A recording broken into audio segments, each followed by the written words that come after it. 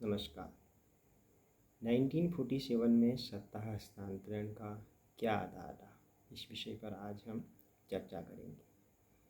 1942 के भारत छोड़ो आंदोलन में भले ही हमें सफलता प्राप्त नहीं हुई, लेकिन उस आंदोलन ने भारतीय आम जनमानस को एकता के सूत्र में पिरोने का यहाँ पर कार्य किया और ब्रिटिश शासन को इस बात का आभास हो चुका था एक लंबी समयावधि तक भारत में शासन करना संभव नहीं है। एक ऐसा कालखंड भी यह था जिसमें संपूर्ण विश्व द्वितीय विश्व युद्ध की विभीषिका का सामना कर रहा था। ब्रिटेन भी उस विश्व युद्ध में यहाँ पर अपना प्रतिभाग कर रहा था। भले ही उसे यहाँ पर सफलता प्राप्त हुई, लेकिन अनेक तरीके की आर्थिक चुनौतियों का सामना इस विश्व युद्ध की विभीषिका में सम्मिलित देशों को यहाँ पर करना पड़ा।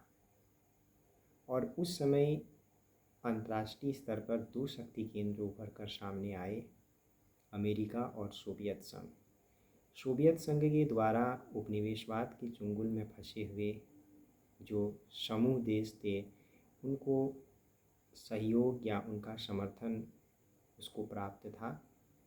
लेकिन ब्रिटेन इस बात को भली प्रकार से जानता था कि भारत के सोवियत संघ के साथ अच्छे संबंध हैं और भारत में राजनीतिक चेतना भी एक तरीके से उच्च स्तर पर है। आम जनमानस भी अपने अधिकारों के प्रति यहाँ पर सजग है और इस तरीके की कोई चुनौतियों का सामना करने में भी ब्रिटेन सक्षम नहीं था, जिससे कि निकट भविष्य में उसे अपने नागरिकों के हितों के या अपने नागरिकों की आवश्यकता पूर्ति हेतु कोई समस्या भविष्य में उत्पन्न हो।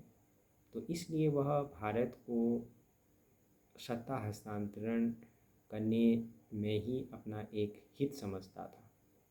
इसके अलावा दूसरा कारक तत्व अगर हम देखें तो बहुत महत्वपूर्ण कारक तत्व आता है, जिसके कारण से हम कह सकते हैं कि ब्रिटेन के द्वारा 1947 में भारत को सत्ता हस्तांतरण किया गया, वो है राजनीतिक इच्छा शक्ति।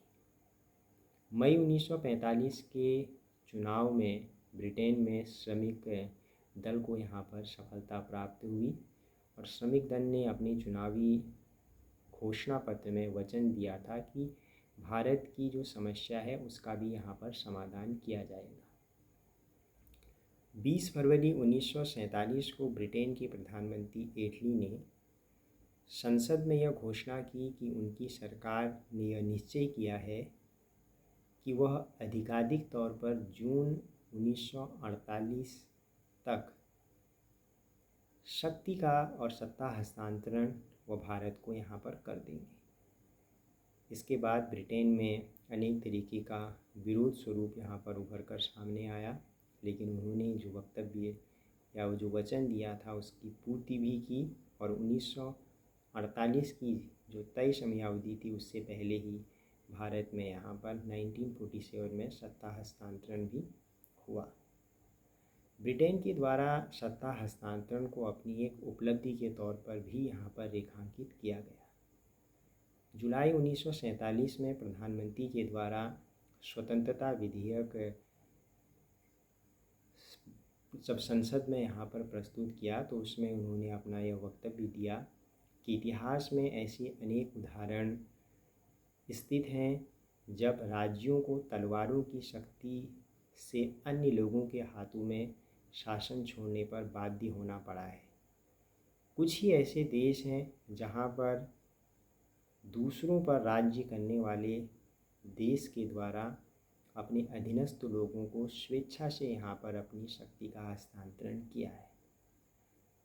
इस वक्तव्य के आधार पर प्रतीत तो ऐसा होता है कि ब्रिटेन के द्वारा स्वेच्छा से भारत में सत्ता हस्तांतरण किया है, लेकिन अगर हम देखें तो इसके पीछे निष्कर्ष स्वरूप ये निकलता है कि कुछ ऐसी स्थितियां भी थी जिसके कारण से ब्रिटेन को अपनी आर्थिक उपलब्धताओं को ध्यान में रखते हुए और साथ ही साथ ये भी हमें यहाँ पर मानना पड़ेगा कि यह बात वास्तव में सत्य है कि बिना राजनीतिक इच्छा शक्ति के सत्ता हस्तांतरण एक उपनिवेशवाद को मुक्त करना उस देश की राजनीतिक इच्छा शक्ति के द्वारा ही यहाँ पर संभव होता है।